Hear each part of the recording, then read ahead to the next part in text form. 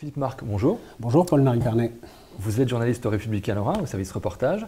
Vous allez passer 3 jours en Chine, quelques semaines avant la pose de la première pierre le 12 décembre d'E-Tech Terra Lorraine. Rappelez-nous tout d'abord en quelques mots ce projet de centre d'affaires sino-européen programmé à Illange. Alors E-Tech Illange, E-Tech Terra Lorraine Illange, est un projet qui suscite énormément d'espoir et d'inquiétude à la fois en Lorraine. C'est tout l'intérêt de ce projet.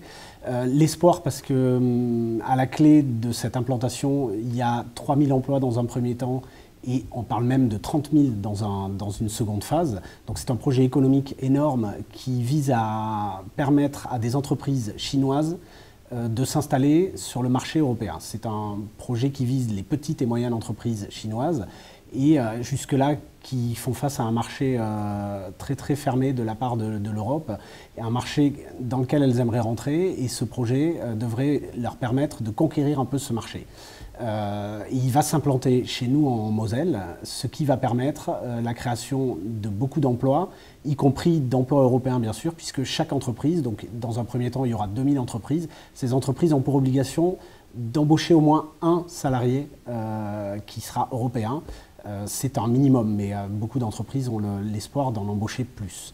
Donc ça, c'est pour le côté positif de cette affaire.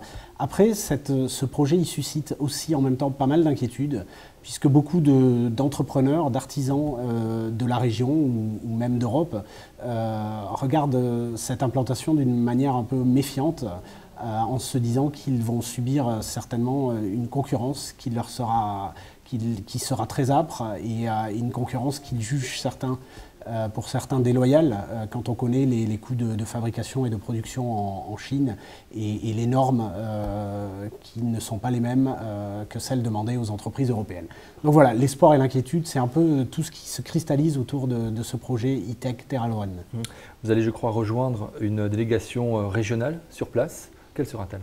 Voilà, alors effectivement, là, en l'occurrence, ce coup-ci, ce sont les Lorrains qui se déplacent en Chine. Parmi cette délégation, il y aura beaucoup d'élus du Conseil général, enfin beaucoup d'élus, 4-5 élus du Conseil général, dont Patrick Weiten, le président, et Philippe Tarillon, l'opposant socialiste au Conseil général de Moselle.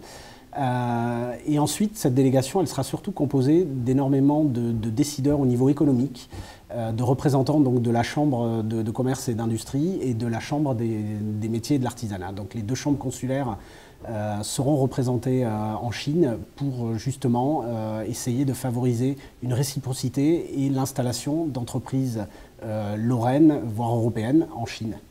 Alors qu'attendent précisément justement ces entreprises et cette délégation qui sera en Chine? Comment est-elle attendue par les Chinois?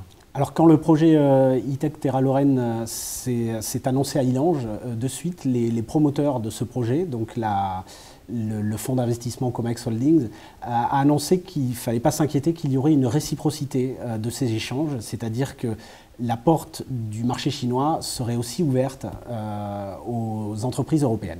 Et donc là, ce déplacement, il a pour objectif de montrer que cette implantation est possible, puisqu'apparemment, divers projets d'implantation de centres à destination des Européens vont être inaugurés prochainement en Chine. Et donc ces projets seront présentés en détail là-bas aux décideurs économiques et aux élus lorrains.